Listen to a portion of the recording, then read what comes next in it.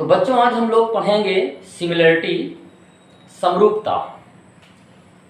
त्रिभुजों में समरूपता कब होती है, इसका क्राइटेरिया क्या है, इसका मापदंड क्या है।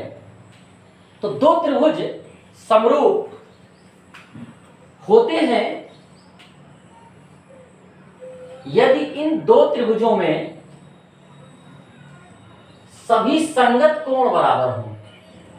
यहां पर आप ए बी सी और डी ई एफ दो त्रिभुज देख रहे हैं।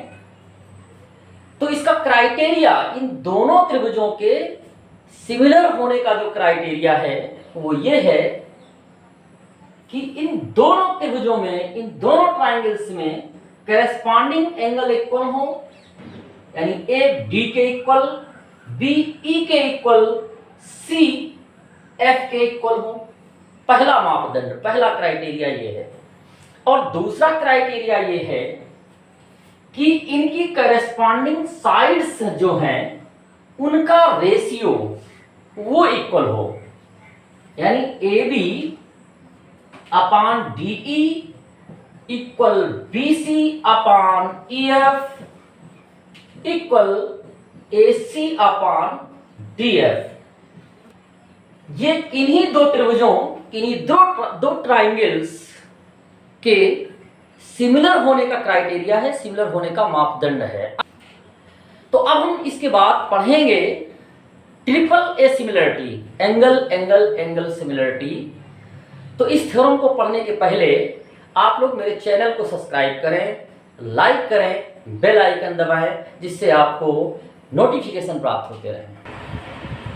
तो आइए समझते हैं angle angle angle similarity, triple A similarity. हमने आपको बताया कि दो ट्राइंगल्स के सिमिलर होने का जो क्राइटेरिया है, मापदंड है, वो ये है कि दो ट्राइंगल्स में करेस्पॉन्डिंग एंगल से इक्वल हो तो भी वो सिमिलर हैं, या फिर उनकी जो साइड्स हैं उनका रेशियो इक्वल हो तो भी वो सिमिलर है। तो जब हम ट्रिपल ए सिमिलरिटी समझेंगे तो हमारा गिवन होगा angle A equal angle D, ये इसके equal, angle B equal angle E, ये इसके equal, angle C angle A, ये कोण इसके इक्वल। और हम प्रूव करके क्या लाएंगे A B upon D E equal B C upon E F equal A C upon D F. ठीक इसके उलट जब हम ट्रिपल एस सिमिलरिटी पढ़ेंगे तो वहां पे गिवन होगा A B upon D E equal B C upon E F equal A C upon D F, और वहां पर हम दिखाएंगे कोण A equal D, B equal E, C equal F. ठीक, तो मापदंड के हिसाब से अब हमें यहाँ पर ये दिखाना है कि A B upon D E equal B C upon E F equal A C upon D F, और जैसे ये आएगा तो हम सिद्ध कर देंगे, हम प्रूव कर देंगे कि ट्राइंगल एबीसी सिमिलर है ट्राइंगल डीपीएफए। थ्योरम क्या है? If in two triangles are corresponding angles are equal, किन्हीं दो ट्राइंगल्स में संगत कोण, करेस्पॉन्डिंग कोण इक्वल हैं, तो प्रूव करिए कि hence the triangles are similar, ये त्रिभुज सिमिलर हैं। तो आइए हम चलते हैं इसके कंस्ट्रक्शन की तरफ और सिद्ध करते हैं कि कैसे ये सिमिलर हैं। ये मानते हुए कि इन दो ट्राइंगल्स में side A B D E से छोटी है, तो डीपी कट करेंगे ए बी के इक्वल, यानी जितना ए बी है उतना ही लगभग हम लगभग क्या ठीक उतना ही लेते हुए यहाँ पर एक पॉइंट लेते हैं P, और डी क्यू एक पॉइंट लेते हैं यहाँ पर AC के इक्वल, जितना AC है, और इस तरह से हमने यहाँ पर PQ को मिला दिया, ज्वाइन PQ। तो हेडिंग क्या हमने डाली? Proof. In triangle ABC and triangle DPQB है, ये जो दो ट्राइंगल हैं एबीसी और DEF, A B equal DP है, A B equal DP by construction हमने रचना की है कि डीपी हम उतना ही लेंगे जितना ए बी है। ए सी डी क्यू के इक्वल है, ये ए सी इधर डी क्यू के इक्वल है, एंगल ए एंगल डी के इक्वल गिवन है, हमने इधर लिख रखा है, ये कोण ए कोण डी के बराबर है, पहले से दिया हुआ है। तो SAS side angle side congruency rule क्या कहता है कि ट्राइंगल एबीसी कॉन्ग्रुएंस हो गया ट्राइंगल डीपीक्यू के। इसका मतलब हो गया कि अब इन दो त्रिभुजों में सारे कॉरेस्पॉन्डिंग पार्ट इक्वल होंगे। अब जब ये दोनों ट्राइंगल्स एबीसी और डीपीक्यू ये कॉन्ग्रुएंस हो गए तो इसके सारे कॉरेस्पॉन्डिंग पार्ट इक्वल हो गए। तो अब सारे कॉरेस्पॉन्डिंग पार्ट इक्वल होने का मतलब ये है कि अब ये जो एंगल बी है ये एंगल पी के इक्वल हो जाएगा, इक्वल एंगल पी। अब देखिए ये जो एंगल बी है वो ई के इक्वल है, ये पहले से दिया हुआ है, तो आप यहां पे लिख लेंगे बी इक्वल एंगल ई, ये यहां लिख देंगे आगे हम गिवन। अब ये लेफ्ट हैंड साइड दोनों बी बी है, इसका मींस पी और ई भी आपस में इक्वल है, ये दोनों इक्वल हो गए। तो angle P equal to angle E. अब दो लाइंस में ये एक ऐसी लाइन है, तो ये जब दोनों एंगल इक्वल हो गए तो ये लाइन इसके पैरेलल हो गई। तो यहां से अब हम लिख लेंगे कि P Q parallel E F, P Q को ई एफ के पैरेलल लिख दिया। पी क्यू के ई एफ के जब ये दोनों पैरेलल हो गए तो यहां से आप एक चीज और लिख सकते हैं, वो क्या लिख सकते हैं कि डीपी अपान डीई, डीपी अपान डीई इक्वल डीक्यू अपान डीएफ, ये लिखा जा सकता है। अब देखिए ये जो डीपी है वो AB के इक्वल है। डीपी किसके इक्वल है? AB के। ये कंस्ट्रक्शन ही हमने ऐसा किया है, तो अब हम डीपी के स्थान पे क्या लिख लेंगे? AB अपान DE इक्वल DQ। DQ की वैल्यू किसके इक्वल है? AC के। तो यहां हम लिख लेते हैं AC अपान DF, AC अपान DF। तो AB अपान DE इक्वल AC अपान DF निकल आया। जिस तरह से ये निकला है तो सिमिलर मतलब इसी तरह से, ठीक इसी तरह से हम क्या कर सकते हैं कि यदि यहाँ पे BC के इक्वल कोई लाइन लेते हुए इस तरह पैरेलल लाइन एक लाइन और खींच लें और दूसरे साइड में नीचे की तरफ जाकर के इसी प्रमेय को यही चीजें फॉलो करें तो क्या निकल करके आ जाएगा? AB अपान DE, यहां लिख दीजिए सिमिलरली, AB अपान DE इक्वल BC अपान EF इक्वल AC अपान DF। ये पहले से दिया हुआ है, चाहे तो पहले इतना लिख ले, इसके बाद लिख ले इसे इक्वेशन फर्स्ट और इसे इक्वेशन सेकंड कहते हुए बाई फर्स्ट एंड सेकंड आप दोनों चीजों को मिला दें, एक साथ लिख दें, तो ये निकल के आया AB अपान DE इक्वल BC अपान EF इक्वल AC अपान DF। और इस तरह से AAA सिमिलरिटी प्रूव हो जाती है। अब एक कोरोलरी समझते हैं। ये दूसरी प्रमेय है जो AA सिमिलरिटी की बात करती है। AA सिमिलरिटी यानी किन्हीं दो ट्राइंगल्स में दो कोण इक्वल हों, दो एंगल इक्वल हों, BE के इक्वल है, AD के इक्वल है, तो भी वो दोनों ट्राइंगल्स सिमिलर होंगे। आप जानते हैं कि किसी भी ट्राइंगल में तीनों एंगल्स का जो टोटल है वो 180 डिग्री होता है। अब जब दो इसके इक्वल हैं, दो इसके इक्वल हैं, तो तीसरा अपने आप बराबर ही होगा, अपने आप ही वो इक्वल होगा, है ना? मतलब 180 माइनस A प्लस बी इसका थर्ड एंगल होगा और 180 माइनस D प्लस E इसका होगा। अब A इक्वल है D के, B इक्वल है E के, तो जो थर्ड एंगल है हमारा C, जो इसकी वैल्यू यहाँ पे लिखी हुई है, और F जिसकी वैल्यू यहाँ लिखी हुई है, ये दोनों आपस में इक्वल ही होंगे। तो यदि ट्रिपल ए सिमिलरिटी में यदि दोनों ट्राइंगल सिमिलर हैं तो दो कोण इक्वल होने पर भी यहाँ पे दो ट्राइंगल सिमिलर ही होंगे। तो अब हमारी जो दूसरी थ्योरम है triple S similarity, side side side similarity theorem है। If corresponding sides of two triangles are proportional then their corresponding angles are equal. ये पहले हम कह चुके हैं कि हमारा जो मापदंड है, क्राइटेरिया है, वो ये है या तो सभी एंगल इक्वल हो या करस्पॉन्डिंग साइड्स का रेशियो इक्वल होना चाहिए। तो यहाँ पे ये गिवन है AB upon DE equal BC upon EF equal AC upon DF, और हमें प्रूव करके लाना है triangle ABC similar to triangle DEF। तो आइए कंस्ट्रक्शन रचना करते हैं।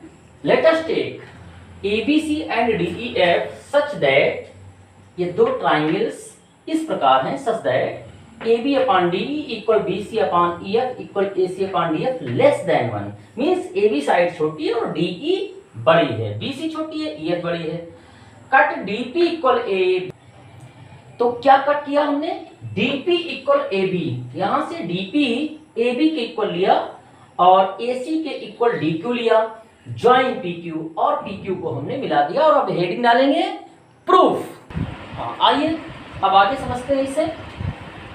गिवन है हमारा AB upon DE equal BC upon EF equal AC upon DF, ये दो चीजें हमने लिख ली। तो जो गिवन पार्ट है वहां से AB upon DE equal AC upon DF हमने ले लिया।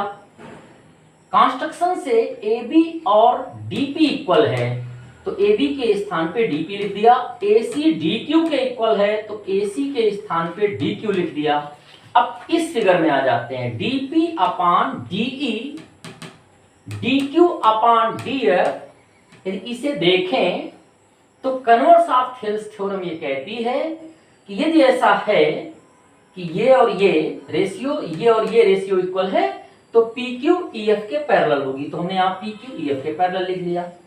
अब यदि ये दोनों पैरेलल हैं तो पैरेलल होने के कारण ये जो P एंगल है वो एंगल E के इक्वल होगा, यहाँ पे लिख लिया। इसी तरह Q हमारा F के इक्वल होगा, वो भी हमने लिख लिया। तो इन दो ट्राइंगल्स में DPQ और DEF में, ट्राइंगल DPQ और DEF में सिमिलरिटी हो गई, क्योंकि सभी टोटल D कॉमन एंगल था दोनों का, PE के इक्वल QF के इक्वल। तो इन दो त्रिभुजों में सारे के सारे एंगल्स इक्वल हो गए, ये सिमिलर हो गए। अब जब सिमिलर हो गए तो फिर से DP upon DE equal PQ upon EF।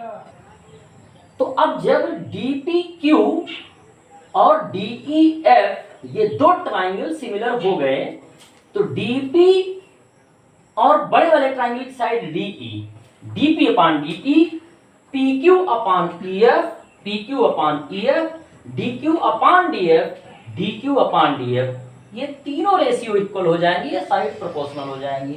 इसमें हमने इतना लिया, DP अपॉन DE में, PQ अपॉन EF में DP के स्थान पे AB लिख दिया, क्योंकि हमने ऐसी कंस्ट्रक्शन की है कि DP AB के इक्वल ही लिया है, DP जो हमने लिया है वो AB के इक्वल लिया है, तो AB upon DE equal PQ upon EF हमने लिख दिया, इसे इक्वेशन फर्स्ट कह देते हैं।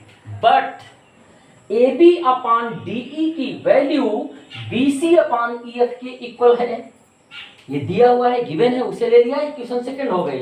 अब फर्स्ट और सेकंड इक्वेशन में देखते हैं। फर्स्ट और सेकंड इक्वेशन में लेफ्ट हैंड साइड पार्ट हमारा इक्वल है AB अपॉन DE, यहाँ भी AB अपॉन DE, तो right hand side part PQ upon EF equal BC upon EF के हो जाएगा। यहाँ EF से EF डिवाइड हो गया तो PQ इक्वल BC हो गया, PQ इक्वल BC। अब देखिए कंस्ट्रक्शन में AB DP के इक्वल था, BC PQ के इक्वल हम ले आए, और AC DQ के इक्वल ये भी कंस्ट्रक्शन से था। तो इस तरह से ट्राइंगल ABC और DPQ ये कॉन्ग्रुएंस ट्राइंगल हो गए। कैसे ट्राइंगल हो गए? कॉन्ग्रुएंस। अब कॉन्ग्रुएंस हो गए तो इसका मतलब है कि सारे करस्पॉन्डिंग पार्ट दोनों साइड्स में इक्वल होंगे। तो A इक्वल D के है, पहले से जानते हैं, काम लगाइए। B इक्वल P के, B इक्वल है एंगल P के, इसके बाद में C इक्वल Q है, C इक्वल Q है, लेकिन PE आपस में इक्वल है यहां से, देखिए आप Q और F ये भी यहां से इक्वल हैं। तो इस तरह से हम कह सकते हैं कि P इक्वल E के, ये दोनों इसके इक्वल हैं, B P के इक्वल B भी हम यहां से लेकर के आए हैं, तो B इक्वल है P के, P इक्वल है E के, तो इस तरह से B इक्वल E के होगा। तो यहाँ पे ऐसे लिख सकते हैं, चूंकि P इक्वल एंगल E और Q equal F, Q equal F, Q F के इक्वल, सी क्यू के इक्वल, तो सी इक्वल एफ के।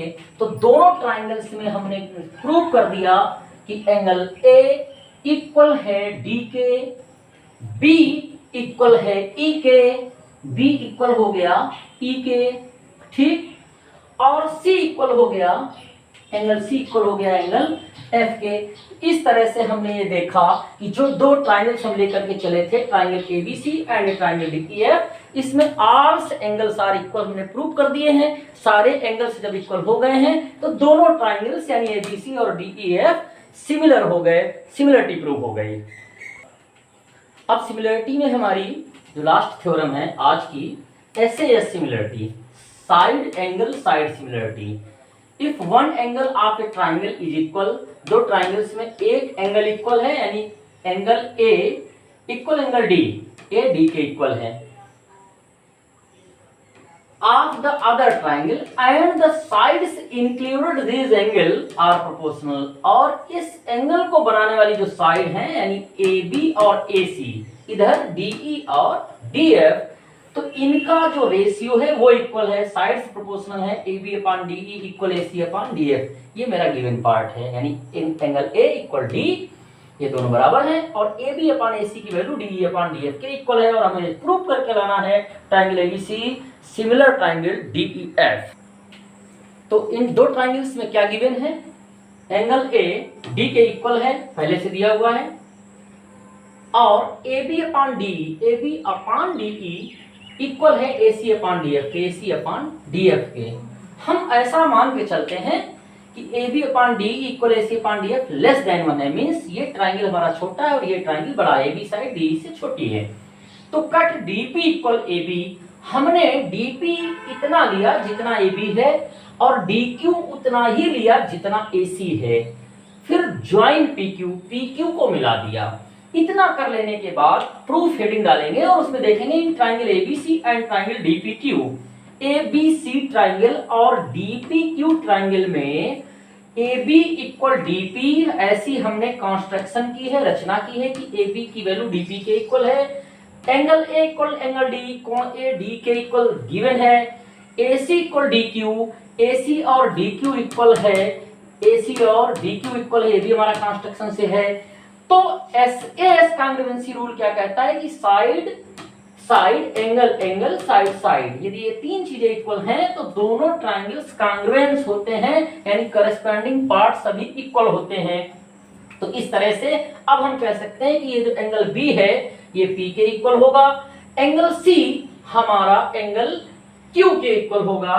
नाउ आगे बढ़ते हैं, आगे हम क्या बढ़ते हैं कि जो हमें गिवन पार्ट है वो क्या है, A B upon D E equal A C upon D F. अब ए बी के इक्वल डी पी हमारा कंस्ट्रक्शन से है, तो ए बी की जगह यदि हम डी पी लिख लें, इसे डी ई रहने दें, ए सी की जगह हम डी क्यू लिख लेते हैं, इसे डी एफ ही रहने दें। तो इस पार्ट को देखें, डी पी अपॉन डी ई, D P upon D E equal D Q upon D F. तो यहां से कन्वर्स थेल्स थ्योरम लगाते हैं यदि, तो by converse of Thales theorem, Thales theorem के कन्वर्स के हिसाब से देखें तो ये पी क्यू हमारा ई एफ के पैरेलल हो गया। तो यहां लिख लेते हैं कि by converse of Thales theorem P Q क्या है, पैरेलल टू ई एफ। अब जरा देखो, यदि पी क्यू हमारा ई एफ के पैरेलल है, तो एंगल ई क्या होगा, पी के इक्वल होगा, ठीक। कोण एफ, एंगल एफ किसके इक्वल होगा, एंगल क्यू के इक्वल होगा। लेकिन यहां पहले से हम कह रहे हैं कि बी किसके इक्वल है, पी के इक्वल है, तो बी इक्वल है पी के और पी ऊपर लिखा हुआ है इक्वल ई के। इसी तरह यहाँ पे सी किसके इक्वल है, क्यू के इक्वल है, तो सी इक्वल है क्यू के और Q इक्वल है F के। तो अब जरा इन दोनों ट्राइंगल्स में देखिए ABC और DEF में, इन ABC और DEF एंड DEF इन दोनों में देखिए एंगल A एंगल D के इक्वल पहले से दिया हुआ है, दिया है ना, BE के इक्वल हो जाएगा क्योंकि BPE ये तीनों इक्वल है। तो B इक्वल हो गया E के और C भी F के इक्वल होगा, चूंकि C Q F तीनों इक्वल हो चुके हैं तो C इक्वल हो गया F के।